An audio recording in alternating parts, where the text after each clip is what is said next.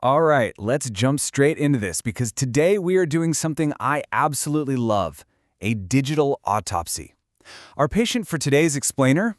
A raw, chaotic, and honestly pretty surreal Bing visual search for the seemingly simple phrase, talking droid.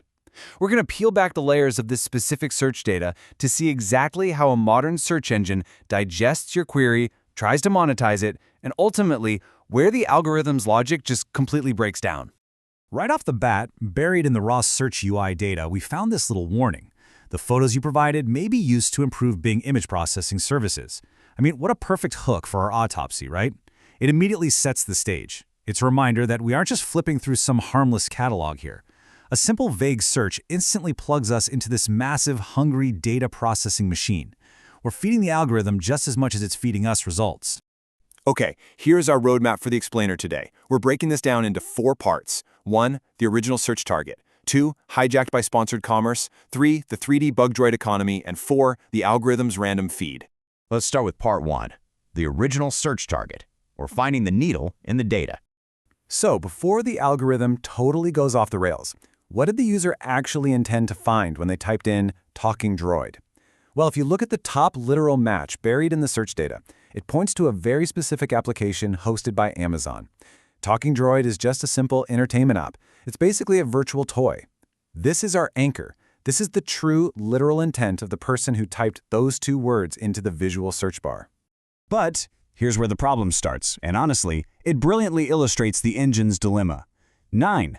The source data specifically tags this exact application as being from 9 years ago. Now, in technology time, 9 years is practically the Jurassic era.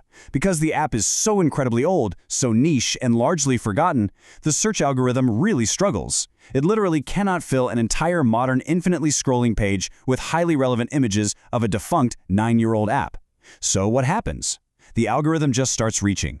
Which brings us to Section 2, hijacked by sponsored commerce, the monetization of intent. When the engine runs out of highly relevant historical data, it immediately pivots to its primary directive, making money. On one side of the data, we have the user's actual search intent, a harmless, retro entertainment app. But on the other side, we have what the search engine aggressively pushes right to the top of the page as sponsored results. We're looking at an $8.99 Fire HD 8 screen protector and a $9.99 Android Air tracker. It's such a hilarious disconnect. You search for a virtual talking robot, and the engine just shoves tablet accessories and Bluetooth luggage trackers in your face. It's taking the word droid and monetizing it through completely tangential tech accessories. And check this out, the sponsored ad for the Super Shield screen protector doesn't just give you some generic price cut. It specifically boasts an 18% discount. 18%!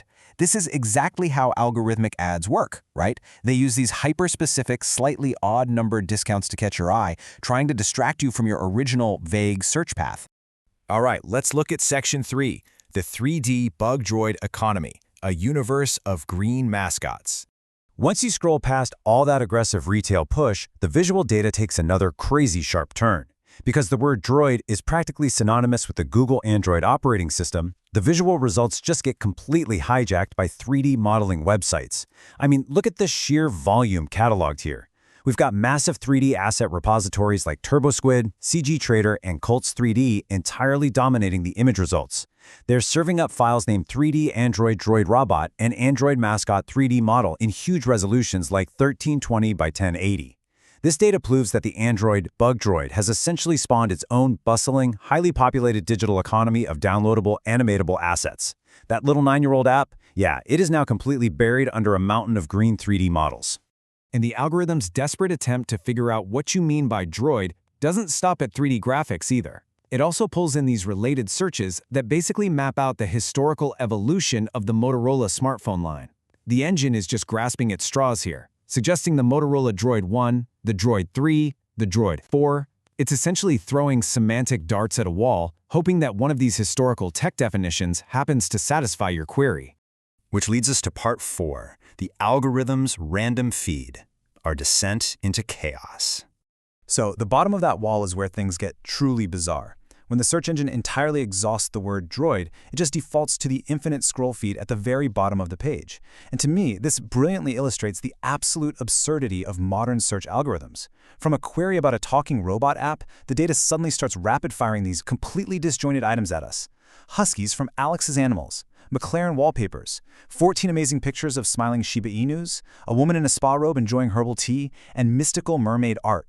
It is an incredible journey. The machine is just blindly shoveling random engagement bait into the void, hoping you're going to click on a smiling dog since you clearly didn't want a screen protector. And nestled right there, right between the spa rubs and the happy dogs, the source data captured this exact result pulled into the feed from Reddit. It reads, "The cashier at Walmart watching me buy the cheapest shotgun with one shell." Wow, it is incredibly jarring to see.